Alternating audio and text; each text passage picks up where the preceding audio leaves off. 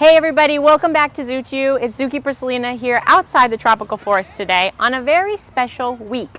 Those of you who have been following social media of different zoos around the country might be seeing a lot of posts about a very important week in zoo culture, which is called National Zookeeper Week. It's our favorite week here because we get to celebrate all the amazing things that we do every day at Franklin Park Zoo and beyond. So today we're going to talk a little bit about what it means to be a zookeeper. But first, let's start with a little bit about my favorite subject, me. So this is my kindergarten portrait, which you're wondering, why is she showing us this on Facebook Live? This is because I was this old when I decided I wanted to be a zookeeper. I was 4 or 5 years old. Now I am 26 years old, which isn't that old, but it's still pretty impressive. But what's even more impressive is that this is not a story that is unique to me. Lots of keepers here at Franklin Park and beyond have wanted to be zookeepers for a long time. But how did we get started? It's a tricky road. It's a pretty tough industry to break into. So today, for our little zookeepers at home, or maybe our older zookeepers who are still trying to break into the field, we're going to teach you a couple basic lingo that we use here at the zoo every day. And that way, when you come on National Zookeeper Week, maybe you can talk to us in our own language. So we're going to start with our first one, which is an easy one. And you probably have already seen this before. This is the word keeper. Now, I just said I'm a zookeeper, so why would I show you this? Now, in the zoo field, there are lots of different types of zookeepers. Here at Franklin Park, we have the zookeepers, we have the senior zookeepers, we have the lead keepers, and then we have our curators and our vice presidents. But when we talk amongst ourselves about ourselves, we usually just use the word keeper and cut the word zoo off completely. So when we're talking about how many keepers work in TF, or are the keepers ready for their Zoo to You Facebook Live, this is the word we usually use. So if you want to be real cool and in the know, call us a keeper. But it's still National Zookeepers Week, but this is a hot tip. All right, we'll line these up here. It's a little damp out here. My words are kind of warping. This one, enrichment. You've probably heard this one a lot in our videos. Enrichment is something that we use to encourage natural behaviors within the animals that live at the zoo. So you might remember when Azul and I did our Christmas Zoo to You, we talked a lot about our enrichment list. This is another plug for that. There is an enrichment list on Amazon where you can go and look for things that our animals might like to use to encourage natural behaviors. I brought an example as well, related to my blue friend Azul. This is a parrot toy off the Amazon list. You can see it has a lot of different things in there. There's corn cobs, shell pieces, the top is a coconut husk, different colored wood. Azul loves something like this because he'll break it up and crush it. And that's a really good natural behavior that we're helping him reproduce, because in the wild he'd be using that beak to crush nuts, to chew bark, lots of different things. Enrichment comes in a lot of different forms. Sometimes it's scents, sometimes it's sounds, sometimes it's toys, like this. But this is a word that zookeepers love because it allows us to really make our animals' lives 100% awesome. We'll put that here. Now we are in front of the tapir exhibit. You may be wondering, why are we only staring at Selena? Where are the tapirs? They're chilling out in this little shady bit right here, but they actually have some enrichment today. It might be hard to tell, but in the form of their little sprinkler. So we have a pool there for them that we like to put a sprinkler on warm days, not only so they can mist off, but our baby girl Millie, who is not so much a baby anymore, will love to zoom through there every once in a while. So that's an enrichment. Other enrichments we could use are browse. Again, hard to tell, but I think the keeper on this routine today put out bamboo stalks that are just sticking straight out. Browse is a good word. I should have put it on the list, but browse is different branches and things that we can cut down that the animals can eat for enrichment.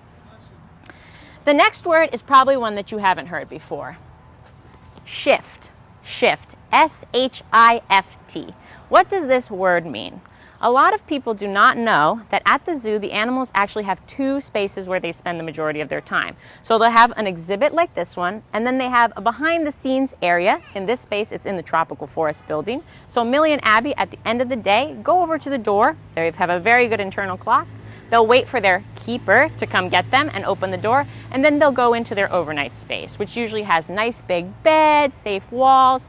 Now, why do we shift our animals on and off exhibit? It's for their safety. Sometimes in an outdoor exhibit like this, lots of things could happen at night when we're not here. For example, we've got trees, we've got water. What if a big storm comes across in the middle of the night and we're not here to bring the tapirs in? It's much safer for them to be in their barn where they'll be nice and safe, protected from the elements, and in the morning we can put them back out and, of course, check the outdoor exhibit to make sure that it's safe and sound for them.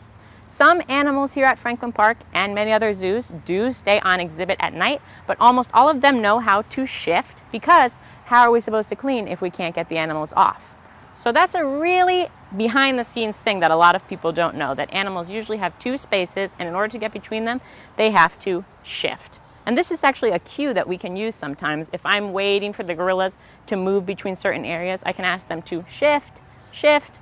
Do they listen to me? Not always, but you hope. We'll add it to our wall. What's next?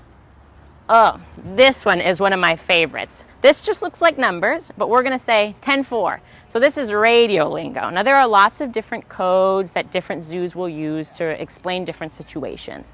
But 10-4 is pretty much a universal word for I heard you, I copy you, okay.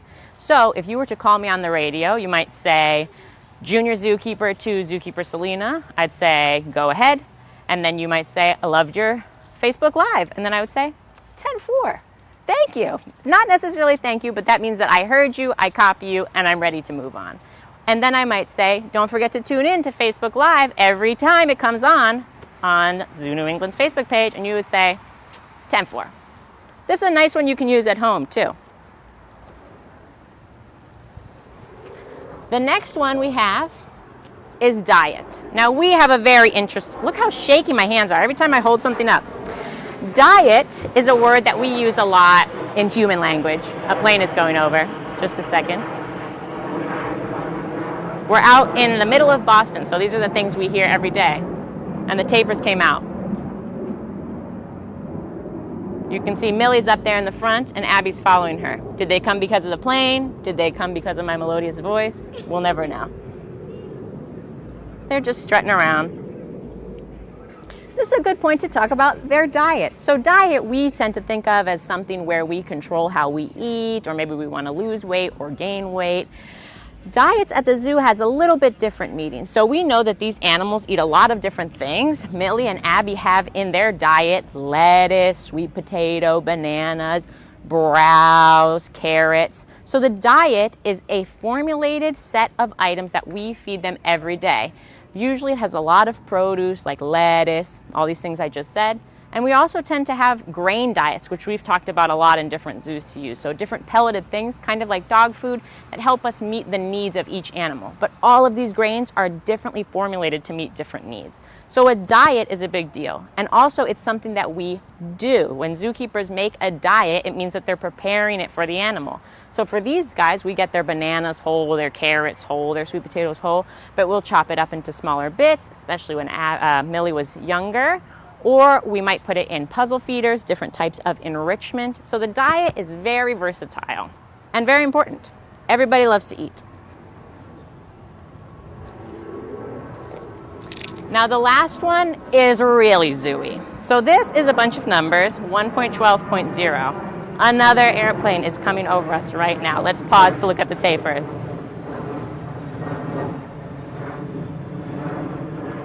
You can see Millie has no stripes left. There they go, off to the corner. Back to this. So what does this weird set of numbers mean? This is what we would call in a zoo a sex ratio. So this describes how many animals of each sex are in the group. So in the first spot you put the males, in the second spot you put the females, and in the third spot you would put unknowns. So this would be animals like birds that aren't easy to tell what sex they are when they're first born, that maybe they've just hatched. You want to wait until you can do a proper exam on them to find out. You'd put them over here. So this number right here, 1.12.0, is the sex ratio for the people who work in the tropical forest. We have one male co-worker, thank you Jeff, and then 12 ladies all working in the tropical forest. And this kind of sex ratio might seem kind of weird. You might think maybe more men are more likely to be in zookeeping. False. This is a women's industry, girl power, 1.12 in this building alone. And that's pretty representative of this area. Hooves and Horns doesn't even have a boy. Oh, sorry, they do. They just got one. Sorry, John. I don't know their sex ratio, but I know us, 1.12.0. So for example, we can practice with these guys right here. How many tapirs live at the Franklin Park Zoo? We would have 0.2.0. That's a really fun thing to practice if you want to try it at home. You could do it with your parents. You could count your parents, your siblings, your dogs, your cats. Maybe you have a baby on the way that you don't know what sex it's going to be yet, and you can put them in the last slot. So 1.12.0 is me and my coworkers here at the Tropical Forest.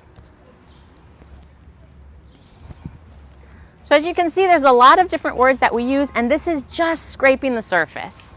We've got keepers. We've got enrichment, shifting, 10-4. Diets, sex ratios, 1.12.0, me and my coworkers. And of course, the coworkers that I love the most are our tapirs, our different animals. That's what National Zookeeper Week is all about. It's about making little kindergarten dreams come true for a lot of different people. So if you're this person right now, keep trying, stay in school. The zoo, Franklin Park Zoo, we have a zoo teen program, we have a volunteer program, we have an internship program, and the volunteer program is for people of all ages. So if you want to get into the zoo industry, there is nothing stopping you from coming here to your local zoo and getting involved. And we cannot wait to work with you and add you to our sex ratio here in the Tropical Forest. So from Millie, from Abby, and from Zookeeper Selena in kindergarten and now, happy National Zookeeper Week from Franklin Park Zoo, and we'll see you next time on Zoo to You. Oh, I forgot, we didn't ask any questions. Do we have any questions?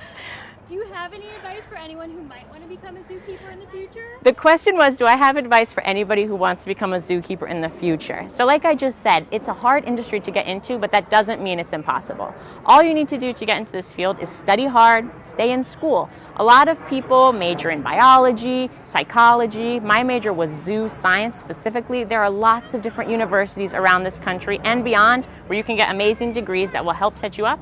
And then once you've got that degree, get experience. Start to volunteer. Volunteer at your local animal rescue, volunteer at your local vet's office, volunteer at your local zoo, and slowly work your way in, worm yourself into the hearts of others, and the path to you there will be clear. Any other questions? What's your favorite part of being a zookeeper? What is my favorite part of being a zookeeper? I'm going to go back to my 1.12.0 because my favorite part of being a zookeeper is getting to work with all these amazing people every day. I started here as an intern, not when I was in kindergarten, when I was in college. And from the time I was an intern to then I got a temporary job, and now I'm working here full-time for 3 years, the people who have worked here have made me feel so welcome and empowered. That's the most important thing. Sometimes when you start out in an industry that you don't know very well, or you've done a lot of school but maybe not a lot of experience, you might feel nervous, scared to make mistakes. You're obviously working with big animals. But the people here are the ones that are going to guide you and teach you. And from these 1.12, which I'm one of the 12, I have learned so much over the past 3 years. So that's my favorite part of working at Zoo New England. Any other questions? I think that's it. All right, now I'll really wrap it up. Happy National Zookeeper Week from Zookeeper Selena, Millie, and Abby. We'll see you next time on Zoo to You.